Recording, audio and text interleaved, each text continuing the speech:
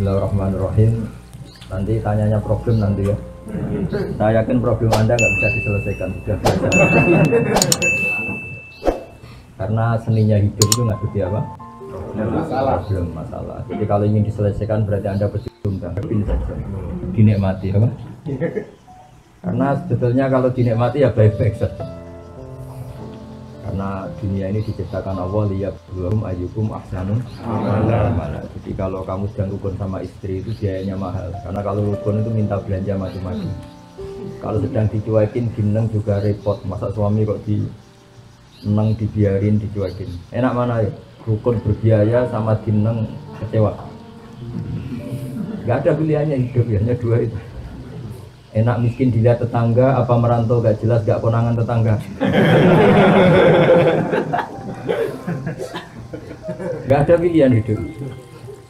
Sayang katanya Kiai besar aja tidak punya pilihan, diatur-atur sama MC macam-macam. Tapi ya ridho saja karena hidup itu gak banyak apa. Gak banyak apa. Ini saya ngaji Yasin saja yang sering saya baca. Jadi saya minta dari ngaji malam ini sampai berpikir secara cerdas berkelanjutan. Di antara yang diceritakan di surat Yasin itu ada ayat wa ma liyala a'budul ladzi, ayo dibaca. Wa ma liyala a'budul ladzi fatarani wa ilaihi turja'un. Jadi bagaimana mungkin saya tidak menyembah Zat yang menciptakan kami, yang mengatur segala kebutuhan kami, yang mengatur semua sistem yang terkait kepada kami.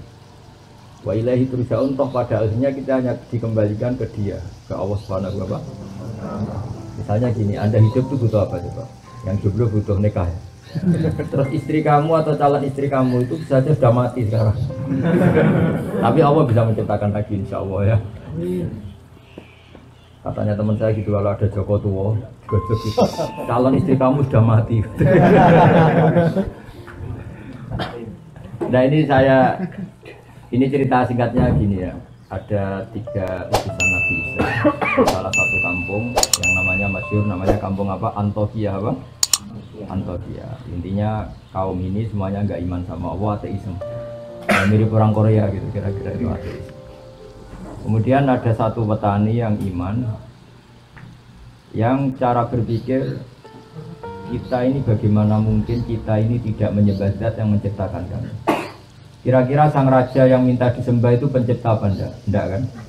Fir'aun juga enggak, Yesus juga enggak. Semua selain Allah tidak berstatus pencipta. Kalau sama-sama nyembah, ya nyembah yang menciptakan. Makanya kata beliau, kata Habib An-Najjar, wa maliya la a'budul ladzi fatar.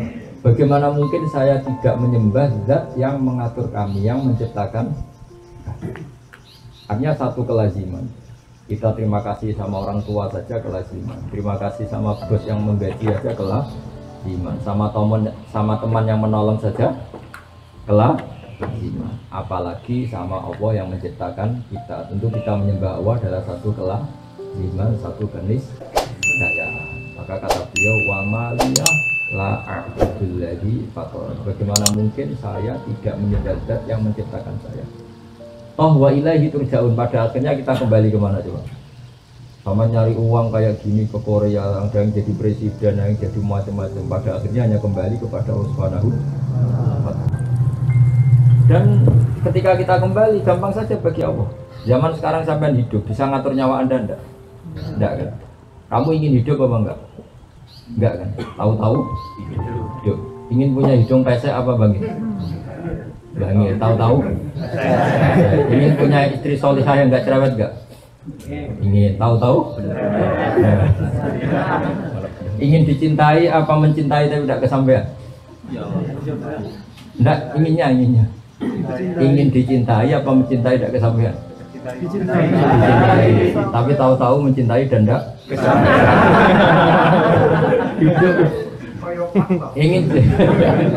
ingin jadi bos apa jadi buruh? Oh, tahu-tahu tidak bos. Ya ada bilang buruh. Tahu-tahu tidak bos. Jadi hidup ini tahu-tahu. Nah, karena tahu-tahu itu ya menyembah Zat yang super. Jadi tauhid itu dimulai dari kalau zaman sampean ngaji, ini namanya siapa tadi yang montong yang itu? Siapa? Ini tetangga saya ini. Apa diangkat jadi wali? Tapi nanti butuh persetujuan para wali-wali ini. Wali apa? Wali murid.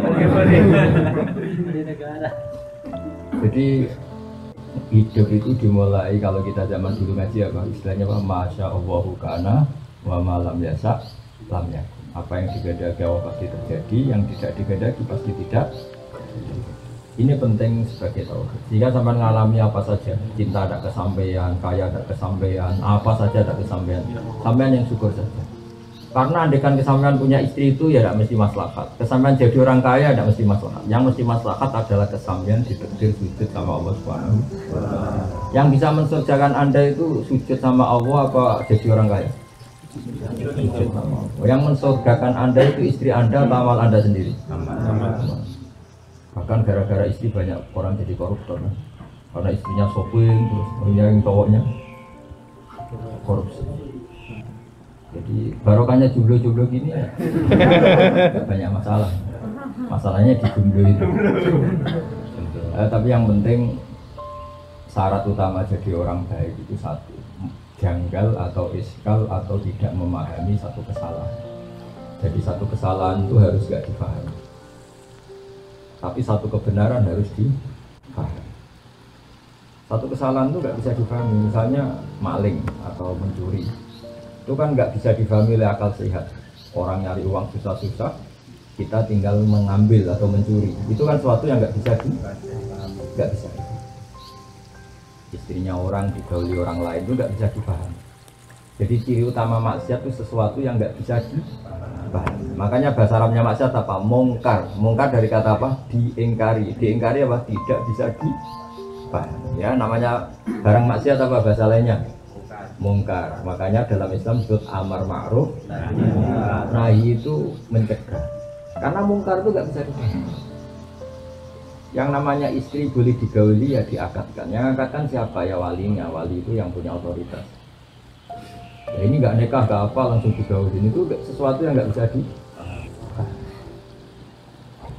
Kebalikannya mungkar itu ma'ruf. Ma'ruf itu sesuatu yang dikenal dari kata arofa ya arifu, terus irfanan atau urfan. Mana apa? Ma'rufun dipahami. Kamu kerja demi anak istri bisa dipahami.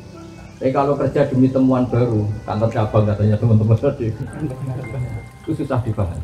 Tidak usah dijelasin detail-detail banyak yang tersinggung. Tapi ini saya, ya namanya ngaji itu kan membenahi yang salah. Jadi ingat ya, tak latih bahasa Arab yang gampang-gampang saja, jangan sampai salah tasrif nanti. Supaya latihan apa? Kafara yukafiru apa? Takfiran ya.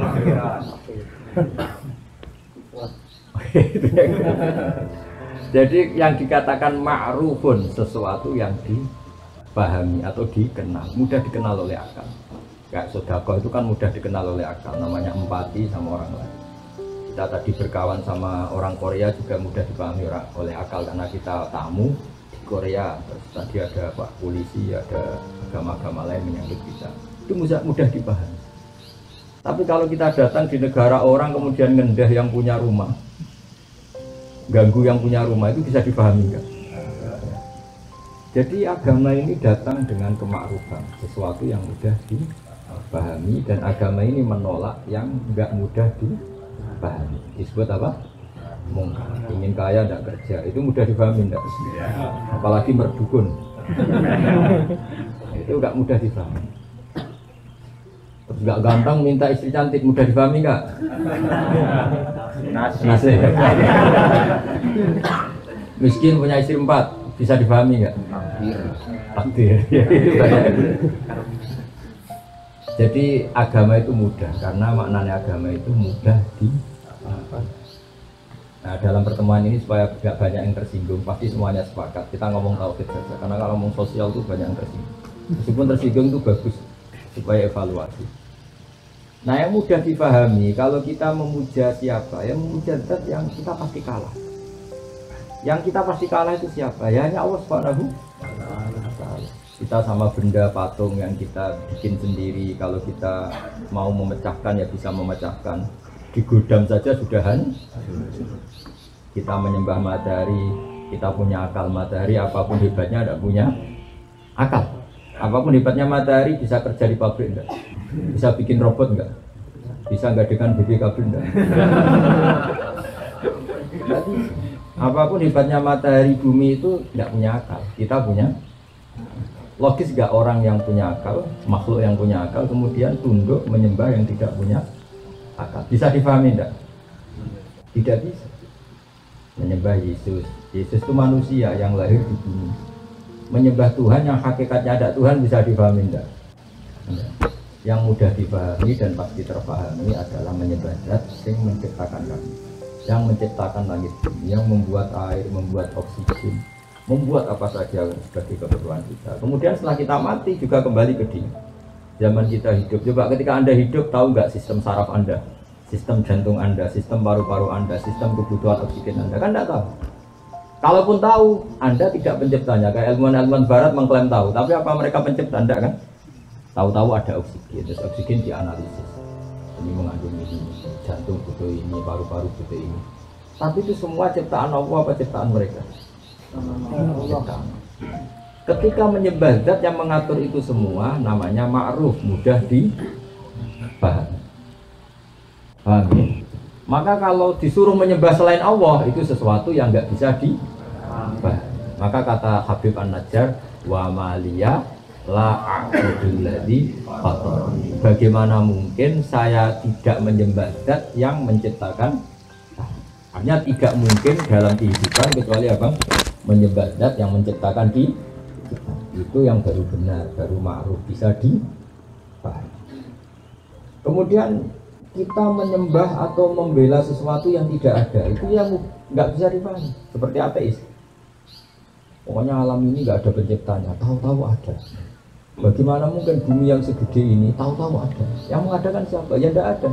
Tahu-tahu ada. Itu ilmu apa? Ilmu kok tahu-tahu. Seperti sampean tahu-tahu di Korea. Ya mesti ada brokernya dulu. Ada punya utang banyak dulu. Kalau nggak punya utang ya, kalau nggak punya utang banyak ada khayalnya yang banyak. Kayak jadi orang terkaya di kampung. Kalau merantau di kampung kan dibully tetangga-tetangga. Gayanya gitu kok jualan sate. Tapi kalau sudah di perantauan kan nggak ada yang bully. Itu doanya pertama, ya Allah jangan ada tetangga saya kesini sudah kaya. Itu doa orang pecundang kan mesti seperti itu. Tapi ya nggak apa-apa, Allah yang menerima doa itu. Tapi tidak harus mengabulkan deh. Didengar saja tapi tidak harus. Saya ulang lagi ya. Kemudian ada teori misalnya ateisme, orang yang nggak mengakui eksistensi Tuhan. Tuhan itu apa? Kalau nggak punya uang ya mati, nggak makan ya mati. Mereka nggak mikir, memangnya kalau punya uang nggak mati? Yang punya uang mati nggak? Mati. Lalu mati dan hidup itu karena uang apa karena Allah? Karena Allah. Yang menentukan hidup kita ya Allah, yang mematikan juga. Kalau begitu nyembahnya ke Allah apa ke siapa? Ke Allah. Hanya wa ilaihi dan hanya kepada Allah kita semua dikembali. Jadi Anda mengelatih tauhid, syaratnya tauhid itu harus ma'ruf, ma'ruf itu dikenal. Ya kalau zaman sampean ngaji dulu di kiai-kiai, pertama kewajiban seorang manusia apa? Ma'rifatullah, mengenali. Mengenali Allah itu gampang sekali karena Allah itu az-zahir, mudah dipahami. Kenapa mudah? Karena kalau ada ciptaan, misalnya ada mobil Hyundai, pasti ada pencipta. Masa tahu-tahu ada sistem teknologi yang bernama Hyundai, kalau ditanya ini dari mana? Enggak tahu. Tahu-tahu ada. Yang menciptakan apa? Ketiadaan. Malah bareng. Bumi yang menciptakan apa? Ketiadaan. Ketiadaan itu apa? Sesuatu yang enggak ada. Fungsinya apa? Yang enggak ada itu bisa mengadakan. Mau enggak ada kok mengadakan. Ini kan saraf berat. Gendeng berat. Jadi agama itu datang dengan ma'ruf, ma'arofaul aklu, sesuatu yang dibenarkan oleh akal, dan menolak mungkar, sesuatu yang diingkari oleh akal. Makanya disebut amar ma'ruf. Jadi jangan hanya ngomong saja, dipraktekkan, terutama dalam bab tauhid. Seorang lagi dipraktekkan dalam bab apa? Tauhid. Makanya saya berkali-kali bilang kalau ada tetangga saya mati, Bu ini tidak usah susah, suami Anda mati. Mati itu dalam bahasa ulama dulu sampai sekarang juga bahasa masyarakat. Mati itu dicabut nyawanya. Nggak ada orang yang bilang mati itu dibunuh nyawanya. Ada nggak yang bilang gitu? Nggak ada. Mati itu ibarat apa? Jasa. jasad yang wadak, yang jismani, yang fisik, yang profan, rohnya diambil. Tapi roh sendiri nggak bisa mati. Sehingga kalau sampai nanti rohnya diambil, tapi insya Allah tidak sekarang, saya juga nggak ingin sekarang. Ya aja, setelah kaya apa setelah mapan? Apa setelah lunas utangnya milih? Apa setelah punya kantor cabang 4 tadi ya, nunggu apa? Setelah menikah. Masa setelah nikah langsung mati ya? Kalau setelah mapan juga kasihan, baru mapan langsung apa setelah miskin sudah mati dulu miskinnya kan sudah dulu nyatanya tidak mati sampai. Tidak, misalnya nyawa Anda diambil, ini semua ulama sepakat dan masyarakat juga sepakat. Mati itu namanya nyawa diambil, dicabut. Berarti roh sendiri itu tidak mati. Kemudian diambil ke alam baka. Yang kalau difilmkan katanya ada gentayangan, ada enggak macam-macam lah versi ini. Yang jelas kita berkeyakinan roh itu kemudian menikmati doa yang kita kirimkan. Jadi mbah-mbah kamu kalau sampai doakan dari Korea itu tetap sampai. Jangan sampai protes, malaikat Korea masa tahu. Saya sudah bilang tadi ngaji, saya kan sudah bilang Korea itu tetap buminya Allah Subhanahu. Ditata oleh malaikatnya Allah Subhanahu wa taala. Yang menciptakan air di sini memangnya orang Korea, tetap Allah Subhanahu. Sistem malaikat di sini juga sama dengan sistem malaikat yang di Sragen. Di Solo Tigo sama. Enggak tahu saya pakai bahasa apa di sini, pakai bahasa Korea apa bahasa. Tapi sistem malaikatnya. Sehingga karena kita tidak tahu cara kita hidup, juga tidak tahu cara kita mempertahankan kehidupan. Setelah kita mati juga harus menyerahkan itu sama yang punya otoritas kematian, yaitu namun Allah Subhanahu. Kalau hidup kita tidak sebagai penyebab kehidupan. Kalau kita punya mata juga tidak penyebab kita punya mata. Kita punya jantung juga kita tidak penyebab punya jantung. Semua itu karena dikehendaki Allah Subhanahu. Maka nanti setelah kita mati tidak usah iskal, tidak usah janggal. Wah, sudah jadi debu, jadi tulang belulang, masa hidup lagi. Karena kalau Anda menyoal itu, berarti Anda menyoal kehidupan Anda yang sekarang. Kehidupan Anda yang sekarang dari sperma. Sperma itu andekan seperti itu, orang sanggup nggak menjadikan manusia. Misalnya masih wujud sperma terus dikatakan ini nanti kelayaban di Korea. Masih sperma, masih mani itu, masih mani yang menjijikan. Terus saya gini kan, ini itu bisa nanti ke Korea, kelayaban. Percaya nggak? Ini nanti kumisen jenggoten. Nggak percaya. Tapi nyata-nyata jadi manusia yang banyak pola, banyak ulah, banyak masalah. Semoga akhirnya juga tobat. Sama. Andai kan biji asam, kalau orang Jawa bilang tungsu, kalau orang Salatiga bilang apa? Kalau orang Cirebon apa yang beda daerah? Yang biji asam itu? Apa? Lingsi ya loh. Kalau orang daerah saya tungsu. Itu kata ulama-ulama kalau mencontohkan itu. Andai kan belum pernah terjadi. Ini saya melatih tauhid ya, karena Anda di negara yang harus berpegangan sama tauhid. Andai kan kelungsu atau kelingsi tadi belum pernah terjadi menjadi pohon asam besar yang kemudian bercabang punya buah banyak. Terus ada orang bilang ini itu bisa jadi pohon besar yang kalau ditabrak tronton itu supirnya mati, yang kalau ditabrak mobil atau bis supirnya mati. Masa? Iya. Kira-kira orang percaya enggak? Kan enggak, karena belum tahu buktinya. Setelah sama Allah diciptakan jadi asam kecil kemudian pohon besar, orang baru bilang oh iya ternyata iya. Pertanyaannya begini, ketika ternyata iya jadi pohon besar, manusia ikut memberi kontribusi enggak? Enggak kan? Ditanam di bumi Allah, dirawat oleh kekuasaan. Tapi manusia bilang, wah pohon kelungsu tadi, apa biji kelungsu jadi pohon asam besar itu mungkin.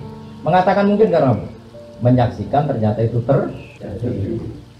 Sama, harusnya kita mengatakan manusia sekarang yang jadi kelayaban ke Korea itu diciptakan dari mani. Ketika manusia bilang mungkin itu karena melihat nyatanya terjadi, apa karena bisa menciptakan?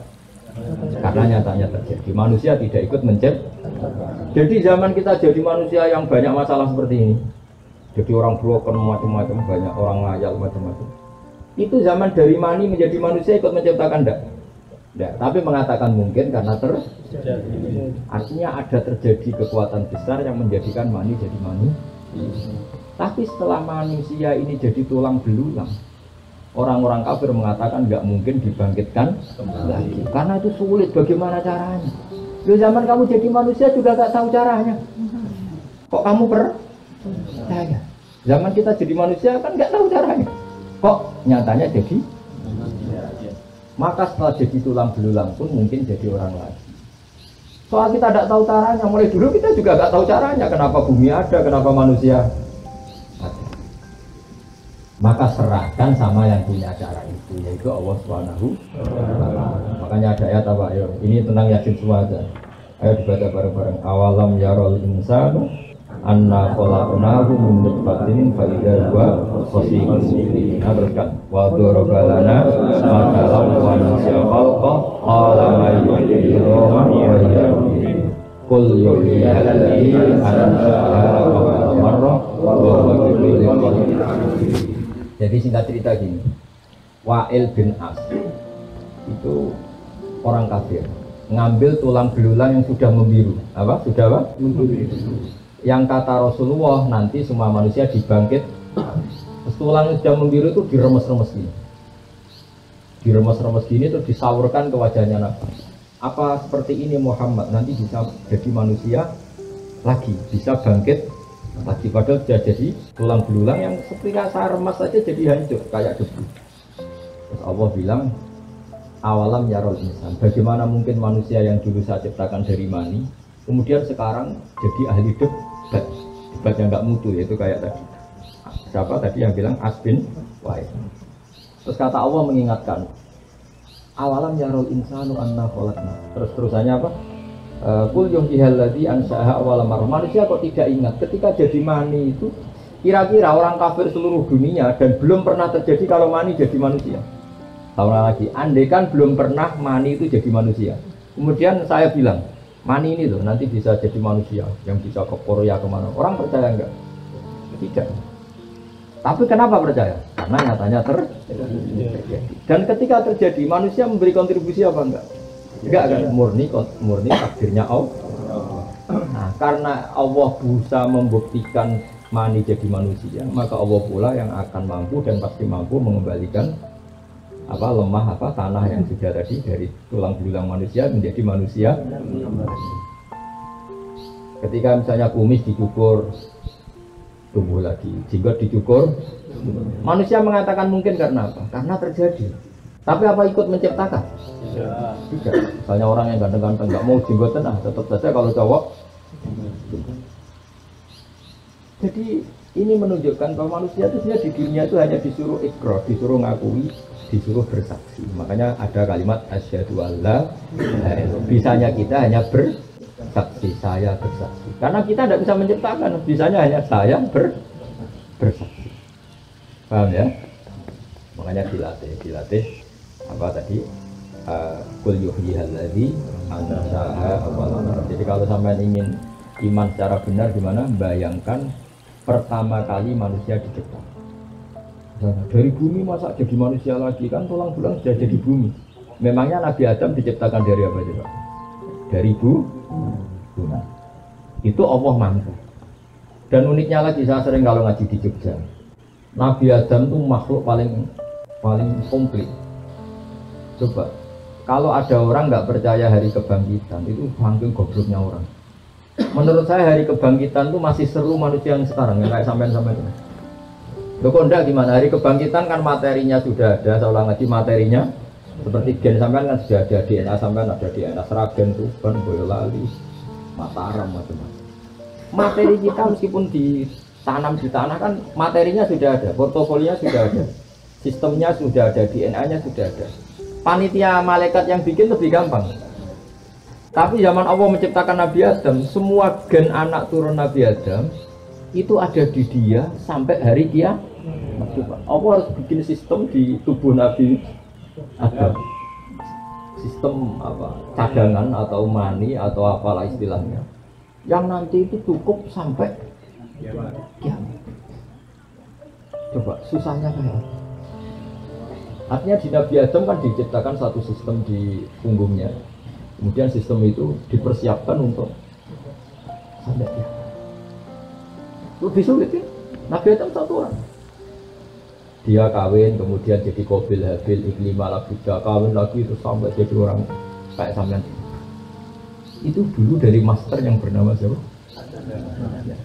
Coba nitipkan tubuh sampean tok ini harus dibikin keriting, pesek, punya dititipkan di satu zigot atau di satu sel yang kecil sekali. Padahal sel yang kecil sekali ini nanti jadi manusia yang polanya seperti ini. Dan ketika sampean misalnya calon punya anak 5, berarti ada anak 5 yang di punggung sampean. Dan ini disiapkan sel yang jadi anak sampean 5. 5 ini per sel disiapkan ada matanya, ada kupingnya, semuanya lengkap. Ada organ dalamnya, ada organ luarnya, ada organ yang tumbuh terus kayak kuku, kayak apa, jenggot, macam-macam. Kenapa itu enggak kita akui sebagai reputasi Allah kalau Allah itu ala kulli syai'in qadir. Allah mampu melakukan apa saja. Terus kenapa kita menyoal hanya karena orang sudah mati, kemudian kita menyoal bagaimana mungkin ini bangkit kembali. Lah kamu lahir dari mani, dari tanah, kok tidak kamu ingkari? Harusnya pengingkar-pengingkar itu juga mengatakan wujud ini khayal belaka karena hakikatnya enggak mungkin. Ya kan? Kan sama-sama nggak mungkin kalau dalam ukuran otak manusia. Karena sering terjadi dan terlihat mereka mengatakan mungkin. Tapi ketika mengatakan mungkin manusia pun tidak ikut mencipta. Makanya Allah mengingatkan qul yuhyillazi anshaha wa lam. Kalau Allah dari awal mampu menciptakan mani jadi manusia, ya nanti Allah pula yang mampu menciptakan tulang belulang jadi manusia. Jadi saya mohon sekali taufiknya dijaga. Nah, logika seperti ini itu arafahul aql. Misalnya Hyundai atau Kia atau Mercy bisa bikin mobil mewah dengan sistem yang canggih. Barang mobil itu tabrakan riak, kamu bilang wah ini pabriknya tidak bisa mengembalikan lagi. Itu aneh nggak pikiran itu? Kalau pabrik sudah canggih, masa kecelakaan terus dibilang nggak mampu mengembalikan lagi, kan jadi aneh kan? Mau bikin yang sedetail itu bisa, apalagi ini tinggal kencengkan lagi kan gitu kira-kira. Kan lebih gampang.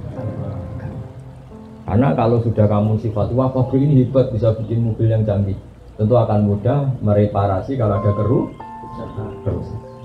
Sama, Allah mudah saja mereparasi Anda setelah kematian. Bahkan nanti setelah Anda masuk surga direparasi ulang. Hidungmu ditata lagi, semua wajah kamu di. Makanya teman saya kalau guyon gini, coba tahu nggak kenapa para nabi itu ganteng-ganteng? Kenapa? Ini teman saya agak beli. Kenapa? Karena Allah nggak ingin capek-capek. Kalau nabi jelek, nabi kan pasti ahli surga. Natanya kelamaan.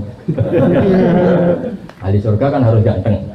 Karena nabi itu pasti masuk surga. Sudah didesain ganteng sekali. Supaya rubahnya tidak banyak.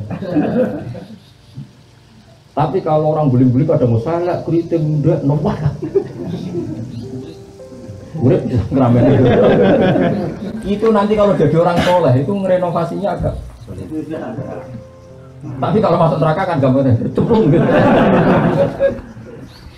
Tapi dah semua orang berhak soleh, gampang saja kalau orang renovasi apa mereparasi ya. Kun kayak keritingnya jadi bagus, pendeknya ditinggikan, peseknya ditata semua. Kalau ditata peseknya kok jadi bangkit, wajahnya tetap gitu kan malah kayak Pinocchio, jadi tetap ditata. Jadi ini penting ngaji tauhid ya, saya ulang lagi ya. Islam itu datang dengan apa? Amar ma'ruf. Yang namanya mungkar itu angkarohul akal. Akal sehat itu menolak. Kayak tadi misalnya, alam ini dimulai dari ketiadaan. Jadi pencipta alam adalah ketiadaan. Masa sesuatu yang tiada punya faktor, punya sebab sebagai pencipta? Itu enggak masuk akal. Itu alam ini ada karena ada pencipta. Nah pencipta itu menurut kita adalah Allah Subhanahu wa Ta'ala. Maka pencipta ini status utamanya apa? Wujud. Ya, di mana-mana pencipta statusnya harus wujud. Maka yang mulai kecil kita diajarin wujud. Namanya pencipta sama yang diciptakan dulu mana? Dulu pencipta. Makanya pertama setelah wujud tidak, dia harus zat yang terus kedua harus sifat ketiga harus baqo. Harus abadi.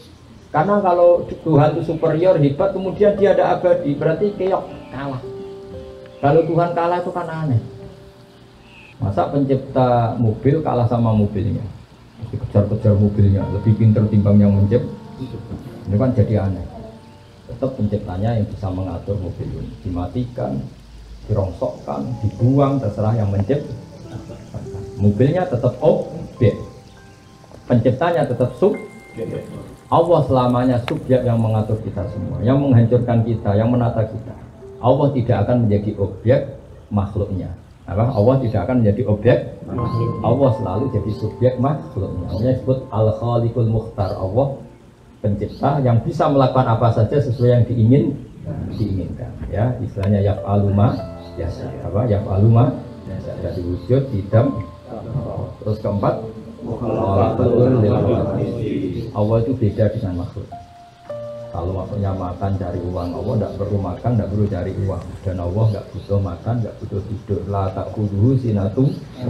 Karena kalau Allah tidur, kalau kamu mau nakal, misalnya mau selingkuh, nunggu tidurnya Allah dulu. Kacau. Jangan sekarang, Allah masih bangun. Kacau nggak punya Tuhan gitu. Maka sebenarnya Allah la ta'khudhuhu sinatun. Allah tidak pernah kantuk, juga nggak pernah tidur. Karena Allah itu mukhalafatul.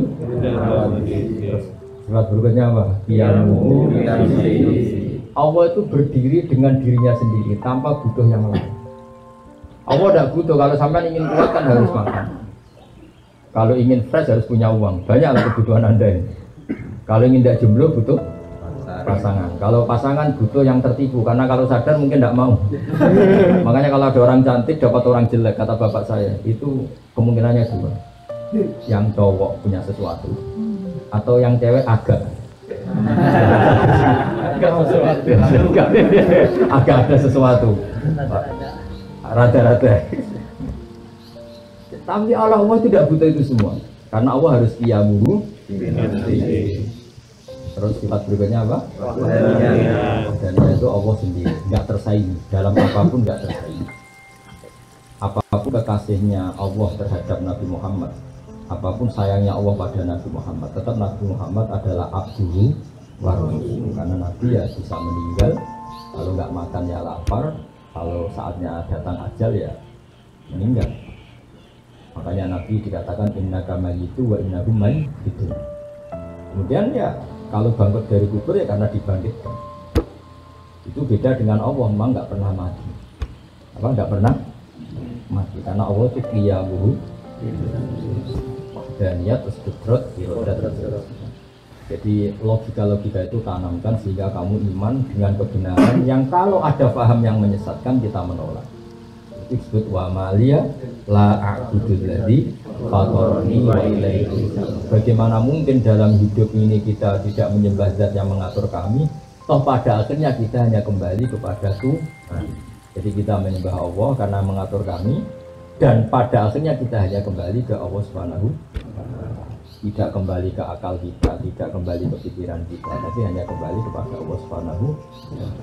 Seperti sampean misalnya bayangkan jadi orang kaya terus bahagia. Apa faktanya nanti pasti demikian? Tidak mesti. Kadang setelah jadi orang kaya malah nyesal. Misalnya gini, banyak ini ceritanya. Ada suami memanjakan istrinya, minta apa saja dituruti, minta mau rumah mewah dituruti, kulkasnya harus mewah, mobilnya harus mewah.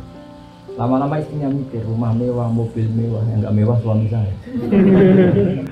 Lama-lama kepikiran ganti suami. Karena enggak, istrinya yang ingin ganti, karena tadi minta rumah mewah diturutin. Kalau rumah mewah pantasnya apa? Kulkasnya mewah, mobilnya mewah, karpetnya mewah. Tapi suaminya tuh pesek kan. Lama-lama yang perlu dipikirkan, yang kurang mewah sakit. Kalau kamu ngalamin gitu atau kopalah kita tidak pernah tahu. Ini barokahnya kamu miskin, pas apa? Rumah jelek, rezeki jelek, semua jelek. Maka istri kamu mikir sudah nggak perlu diganti, sudah pas semua ini. Maksudnya kita tidak pernah tahu, kadang yang miskin juga bahagia karena serasi semua, Pak. Serasi semua. Ya ini cerita saja guyon, tapi Anda supaya tidak mengimani pikiran Anda yang kamu bayangkan itu tidak mesti masalah. Makanya kalau di kitab tasawuf itu ada guyonan, di kitab hikam, pernah dengar tuh namanya kitab hikam, itu kitab tasawufnya ahli sunnah apa? Jadi semua kiai alim tasawufnya ngikuti kitab apa? Hikam. Selain kitab fikih, kitab apa? Kan ada beberapa kitab tasawuf yang paling populer diantaranya Ihya. Kemudian itu dijabarkan oleh Sayyid Abdul Al-Haddad jadi An-Naso'ih Ad-Diniyah apa An-Naso'ih Ad-Diniyah. Terus dijabarkan termasuk macam-macam lah oleh kitab. Ada seorang wali itu tukang manol, Hamal itu tukang manol. Jadi dia itu wali betul, tidak kayak sampean. Sampean ini harus jadi wali ini sudah kerja jauh-jauh kok jadi wali. Dia itu tukang manol, Hamal. Karena dia wali setelah dapat itu tukang manol mengangkatin barang dari pasar ke kendaraan. Karena dia wali itu, ya Allah, saya ini hanya butuh makan satu piring. Yang penting saya dapat makan satu piring terus pulang mau ibadah. Ya hari gitu. Kalau dapat opan, kalau uang sekarang, kalau satu piring di sini berapa won? Punya satu makan satu hari 10.000 won. Kalau di Indonesia berapa? Enggak lah, makan sehari kalau di Indonesia 50. Makan apa saja kamu di sini kok mahal? Kalau uang di sini Berapa? 10.000. 10.000 sama dengan 100.000. Ya jangan, berarti contohnya di sini jangan. Ya kalau di Indonesia makan 50.000 sudah. Berapanya? Odeng. Kalau di Gunung Kidul sudah dapat belalang banyak.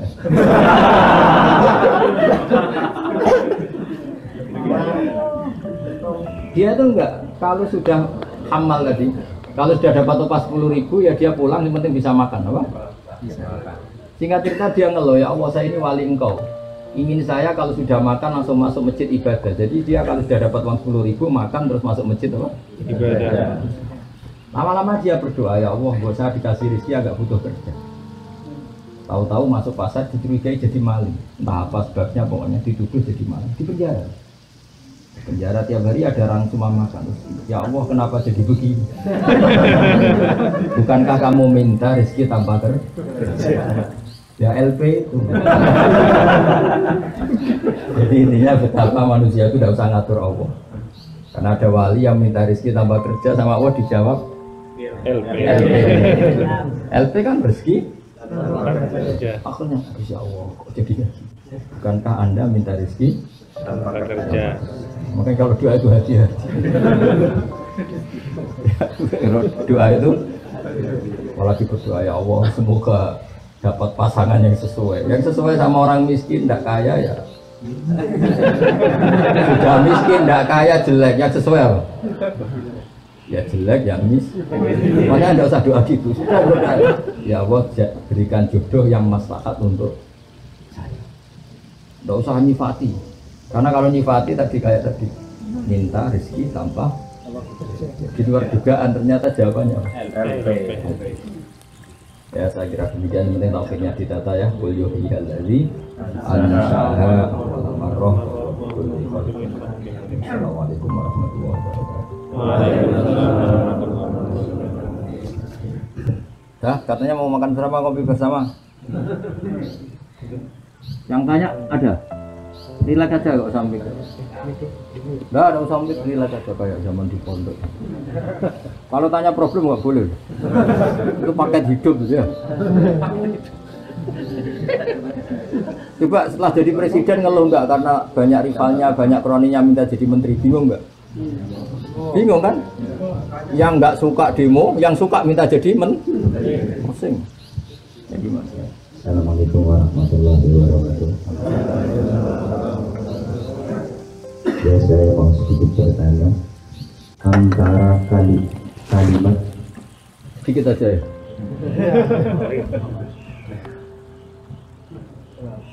Antara kalimat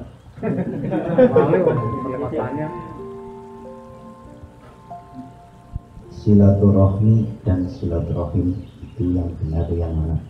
Yang benar ya nggak salah. Apakah itu benar semua? Benar semua aja ya gampang ya.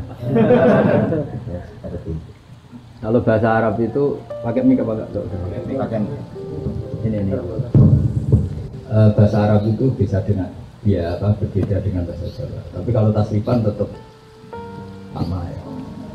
Jadi bahasa Arab itu kadang orang bilang silaturahim, rahim itu dari kata isim fa'il ya. Jadi, menyambung orang yang perlu kamu sambung karena ada cinta kasih rahim.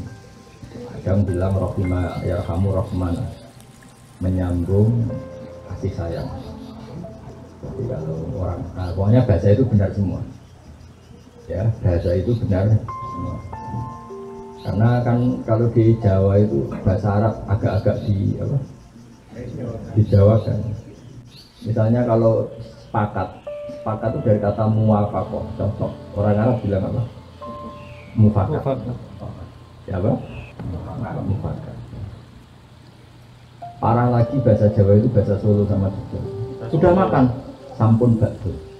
Sampun itu ya sampun, bakdo bahasa Arab bakdo itu maknanya apa? Jadi kalau diterjemah sampun bakdo ya sampun. Terus parah lagi bahasa itu anak sekolah ning madrasah. Madrasah itu terjemahnya. Jadi kalau anakmu sekolah di mana? Di madrasah. Mana nih ya sekolah. Sekolah. Tapi orang Indonesia punya versi kalau dibilang madrasah itu ngaji, kalau sekolah itu umum. Tapi kalau sama ditanya, terjemahnya madrasah apa? Sekolah. Bilangnya kan madrasah. Jadi bahasa itu kalau mengalami apa peluluan itu karena mengalami transformasi luas macam-macam. Ya, jadi itu ringan saja karena tadi silaturahim maupun silaturahmi secara bahasa itu sama. Yang penting maknanya itu menyambung unsur rahim. Yang lokal ya keluarga dekat, yang agak jauh ya saudara Islam, yang paling agak jauh tapi harus dilakukan didatan. Makanya kata Nabi itu silaturahim itu ada 3. Ada orang yang punya 3 hak. Pernah dengar tuh orang yang punya 3 hak, yaitu dia keluarga kamu, dia tetanggamu, dia seagama dengan kamu. Itu punya 3 hak. Misalnya saya bertetangga dengan adik saya, berarti adik saya punya berapa? 3 hak. Hak tetangga, hak rahim, hak seagama. Terus ada yang punya 2 hak saja, hak tetangga dan seagama. Ada yang haknya 1 tok, kayak kamu di Korea ini sama orang-orang non muslim itu tetap harus baik karena apa? Hak bertetangga. Itu semua juga dikatakan silaturahim. Karena rahim itu kalau dihitung Nabi Adam, kenal tuh sama Nabi Adam? Sama mbahnya apa lupa? Kenal? Nah itu berarti kalau dihitung Nabi Adam kan semuanya saudara. Setelah ada perbedaan agama, negara, terus apa sejarah, macam-macam, terus kayak nggak saudara, kayak korup sama apa? Tapi tadi selagi masih mungkin semuanya itu diarahkan ke perdamaian. Karena agama ini suka apa? Wa in janahul salmi fajnahilaha wa tawakkal ala Allah. Kalau ada kelompok lain minta damai, kamu harus setuju karena agama ini dikawal dengan apa? Ya itu sama. Terus yang lain tanya, yang penting jangan problem kehidupan, itu nggak akan selesai bawaannya.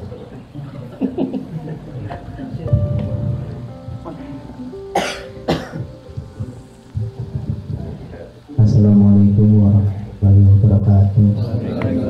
Semuanya mana ngapak ya? Cilacap. Iya, baik ya ngapak. Pakai bahasa Cilacap aja. Kalau bahasa Indonesia nggak tak jawab.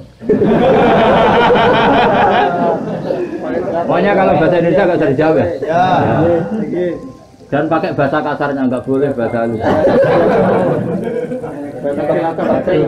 Kepriben lah, betul. Kepriben.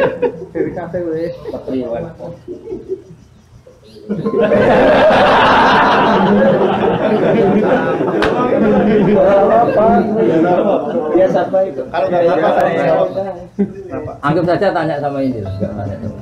Ya sudah, sebisanya.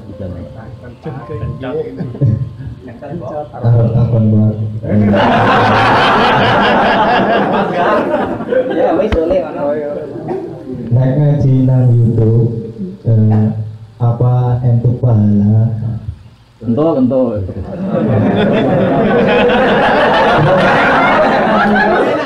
Apa syaratnya bisa nyambung? Bisa. Sanat itu gini loh ya. Saya sering dapat pertanyaan sama dari Cilacap. Siapa namanya? Gunawan. Oh bagus. Gunawan tuh manusia ada gunanya. Iya kan? Orang kaya jutawan kan gitu. Tukang pewarta hartawan. Tukang ada gunanya. Maka kalau nyuruh sama ini gunanya banyak. Ya semua yang nyuruh pakai ini aja. Pasti gunanya banyak. Jadi orang kalau kaya jutawan, pewarta, wartawan. Ya. Kalau orang kelayaban bisa lawan wisata, tukang kelayaban kan. Jadi apa? Lawan. Kalau banyak gunanya, kalau banyak masalah, masalah. Begini ya, jadi ngaji saya di YouTube itu dari awal sudah saya ikhlaskan lillahi ta'ala, dan otomatis secara sanad itu tersampung. Yang ada syarat ketat itu kalau mau jadi mufti. Ya jadi apa? Mufti itu orang yang punya otoritas menghukumi halal haram, syarat tidak sahnya sholat atau syarat sah tidaknya nikah itu nggak boleh hanya sekedar ngaji di YouTube. Tapi kalau syarat ingin tahu kebaikan sudah cukup. Karena kebaikan itu ma'ruf, mudah dikenal oleh A. Jadi kalau syarat-syarat yang ketat harus ketemu gurunya, ngaji lama, terus akhlaknya harus baik, hafal Quran, hafal hadis, itu syarat untuk mufti, ya Pak? Mufti itu begini loh, fatwa sesuatu yang jelimet itu namanya mufti. Kalau sampean kan nggak perlu seperti itu. Pokoknya dengar ngaji saya yang bisa dilakukan, yang nggak ditunda itu sudah selesai. Dan potongannya ya nunda semua. Misalnya saya ngaji, wajib gak orang nyaur utang? Ya jawab. Tahu toh? Ditunda apa langsung? Ketika kangen keluarga wajib gak terus ingin pulang atau ngirimin? Tapi ketika ada tadi contoh-contoh gitu pikirannya mulai macam-macam. Nah, kenapa kalau mufti syaratnya ketat? Karena mufti itu akan menimbang hukum yang kayak iya kayak tidak. Itu harus orang alim, nggak boleh hanya lewat itu.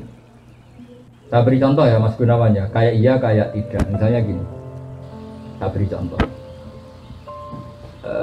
Kerja di Korea itu baik apa enggak?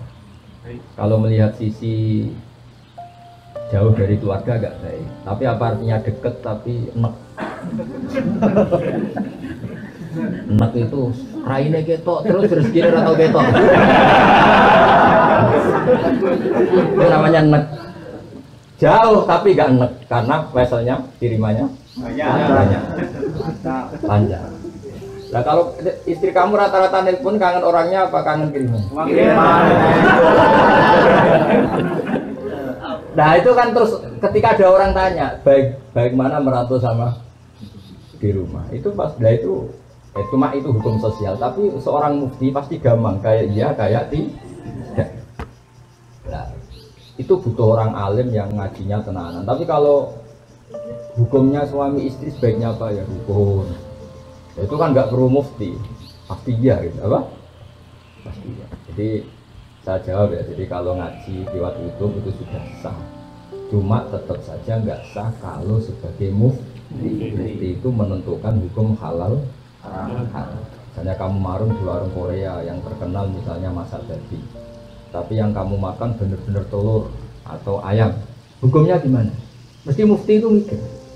Kalau melihat ayamnya halal, tapi paling digoreng di wajan yang sama, diletakkan di piring yang sama, dan mereka nyuci piring pasti tidak dengan cara Kalau melihat gitu kayaknya tidak halal ya. Saya kalau melihat bisa saja, meskipun bisa saja pas jatah saya piringnya baru. Tapi meskipun kemungkinan itu entah. Tapi ya buat senam otak yang nggak mungkin dianggap mungkin. Tapi ini ya itu mufti. Misalnya sholat pesawat hukumnya gimana? Kalau melihat waktu sholat ya harus sholat. Tapi melihat kalau kamu sesuci misalnya, sesuci di pesawat itu wudunya kira-kira sempurna enggak? Buat enggak. Kalau sempurna dimarahin awak kabin. Setelah wudhu tidak sempurna kira-kira tetap wajib sholat apa enggak? Mesti jawaban pertama wajib. Lalu sholat ini namanya apa? Sholat ya hormatin waktu, hanya menghormati waktu, tapi nanti setelah di kos-kosan atau di Korea harus dikodori. Tapi ketika wajib ngodoi melihat wajah-wajah gini, wah sholat aja sudah menguntungkan, disuruh wajib ngodoi. Muftinya ngeper lagi. Karena wajah-wajah kayak sampean tuh semua mufti pasti ngeper. Ini sholat fardu aja abot, apalagi disuruh kodok. Hanya kalau ditanya hukumnya gimana Gus wajib sholat? Wajib mulang enggak? Kamu enggak. Terus ada lagi orang tanya saya, ini orang nggak pernah sholat sampai 10 tahun. Setelah tobat tanya, saya wajib kodok nggak? Tak lihat wajahnya itu kalau diwajibkan langsung nggak sholat. Akhirnya saya sebagai kiai ngakalin, ya sudah penting kamu sholat dulu aja, nggak usah tanya kodoknya. Setelah setahun datang lagi, sudah tahu nikmatnya apa? Gus caranya kodok gimana? Sudah nggak tanya kodok wajib enggak? Caranya kodok gimana? Saya bilang ya pokoknya tiap sholat kamu 2 kali aja ya. Nggak usah langsung banyak. Apa?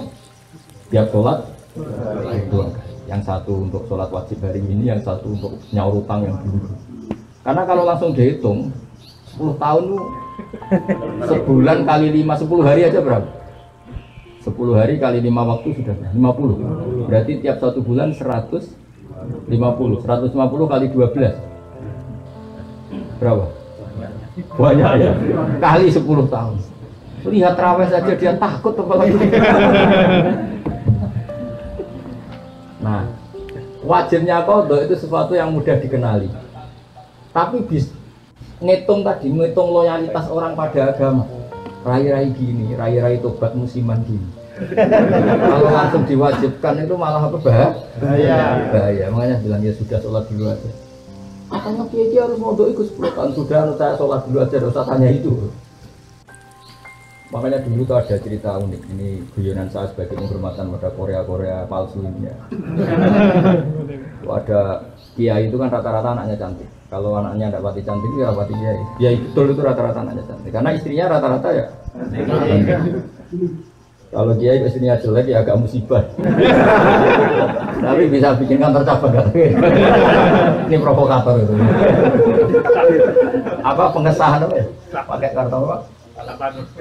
Enggak, kantornya aja. Dia istilahkan istri kedua itu.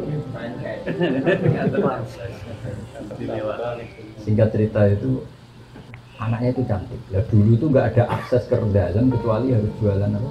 Air. Jadi ada orang santri itu agak nakal dia. Ingin tahu ningnya kalau dalam bahasa pondok itu ning. Aman karena saya yakin semua yang ngaji saya di sini itu masih ada sisa-sisa santri. Karena orang Indonesia hebatnya gitu, kecilnya mesti dolanan di musola, muyoyo di musola, ya kan, baiknya orang Indonesia kan, iya kan, karena rata-rata kita pas kecil itu kan nyon sewu miskin, yang ada jeding itu di musola. Sekarang keluarnya tamer-tamer di Indonesia ke saya gitu, semenjak masjid bagus, kamar mandinya bagus. Kadang orang mau ke masjid itu bukan karena ingin jamaah, kudu ngising di rumah lari ke masjid. Ya kan sekarang banyak enggak? Banyak karena kamar mandi masjid lebih bagus. Yang parah kalau mau tidur kan di rumah enggak ada AC, enggak ada kipas angin. Kalau ngantuk ke masjid.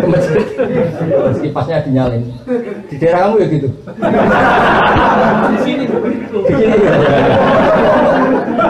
Di kos-kosan nggak ada kipas, di sini masjid ada. Ada sih, malah sih. Itu mau itikaf kok mau nikmati hidup. Nikmati hidup. Ya alhamdulillah kok Allah nggak apa-apa.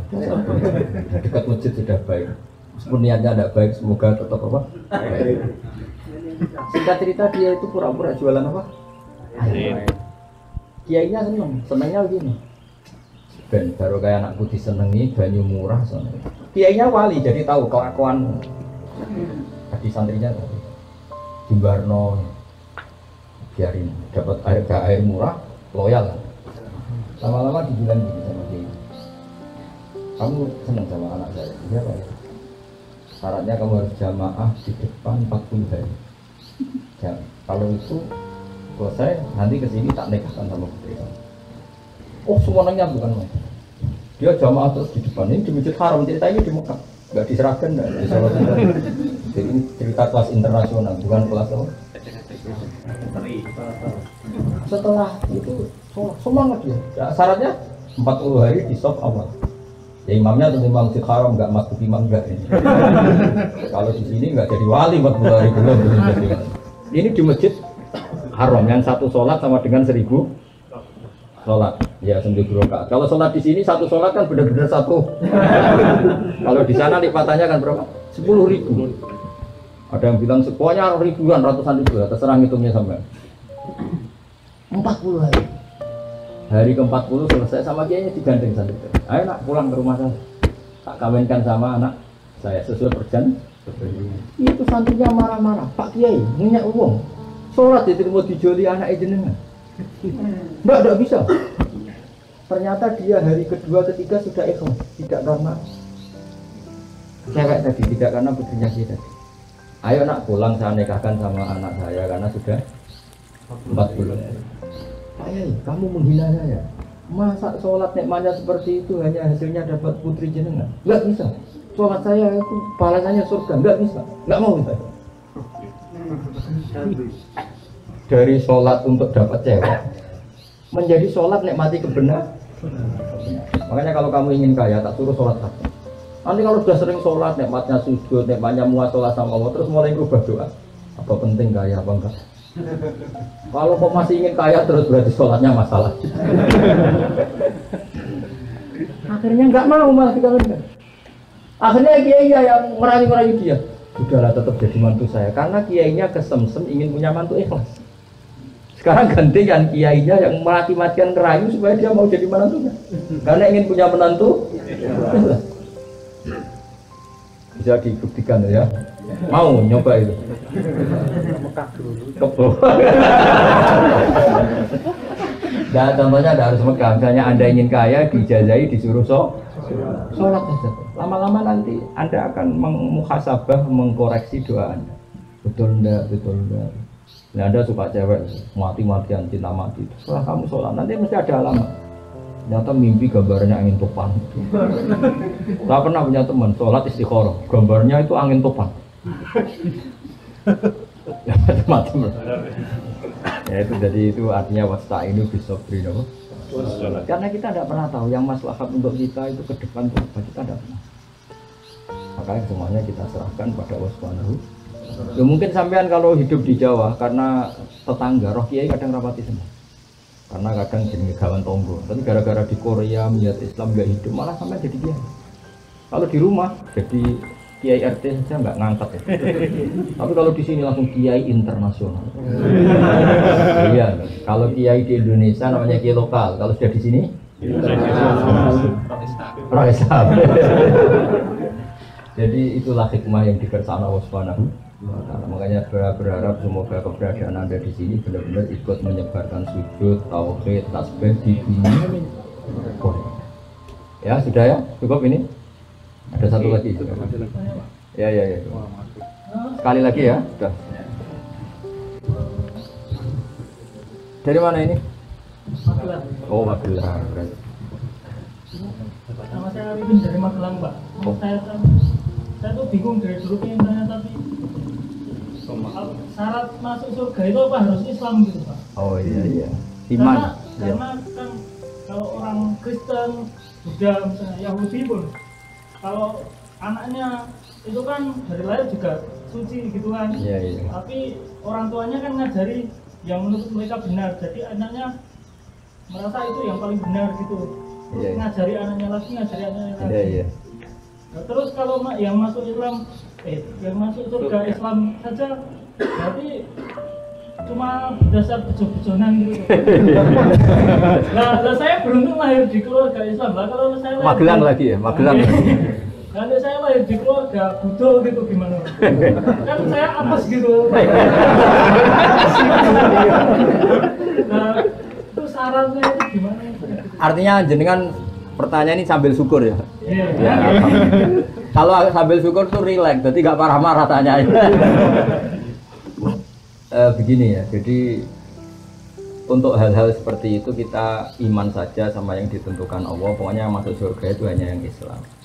Kemudian kita tidak usah nyoal detail-detailnya, misalnya nyoal detail-detailnya itu lalu bagaimana orang yang ditakdir lahir di keluarga Kristen kemudian diajarin Kristen. Karena hakikat kita ini tidak pernah tahu. Yang kita ketahui dari kenyataan itu tidak ada 1%. Ya Mas Arifin Saulang, yang kita tahu dari kenyataan itu tidak sampai 1%. Bisa saja orang lahir di negara Islam, di keluarga Islam, gara-gara miskin, gara-gara terlantar malah sama Islam dendam.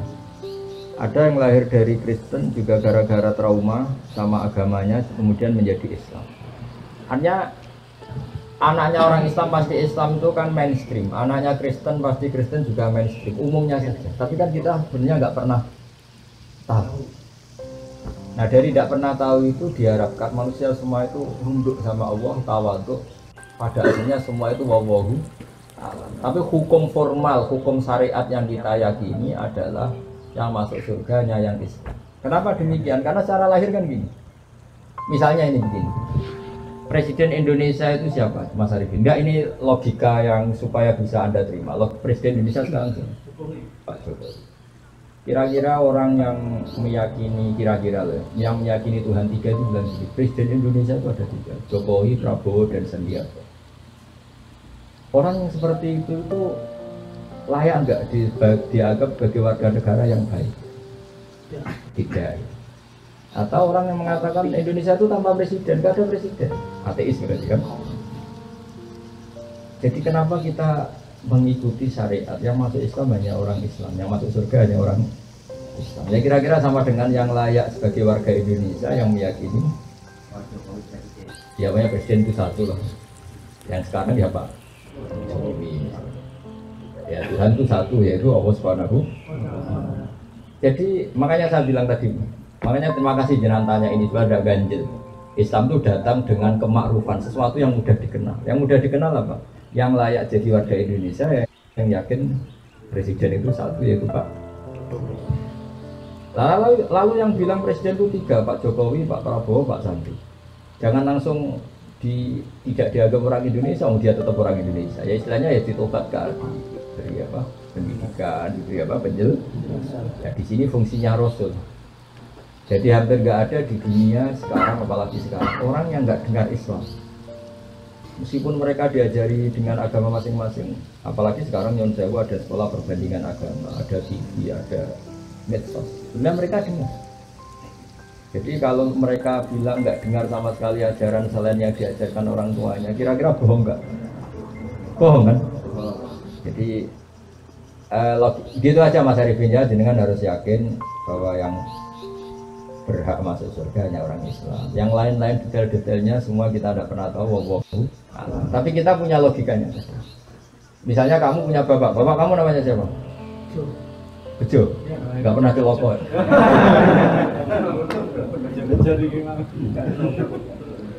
Ya iya, terus adik kamu meyakini Bejo itu gak bapaknya, itu mesti anak dulu.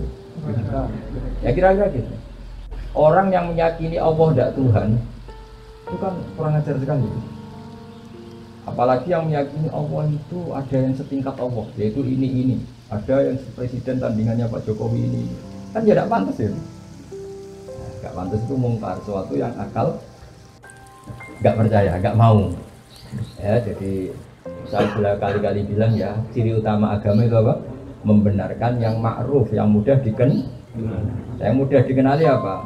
Yang pikirannya benar, akidahnya benar, itu yang harus dibenarkan. Dan yang harus dibenarkan itu yang pantas masuk. Ya kira-kira. Ya Mas Anjunya. Bon santai-santai ini katanya Rahmat Amah sudah cukup ini ya. Acaranya apa sekarang? Foto bareng sudah, tinggal ngopi bareng ya. Assalamualaikum warahmatullahi wabarakatuh.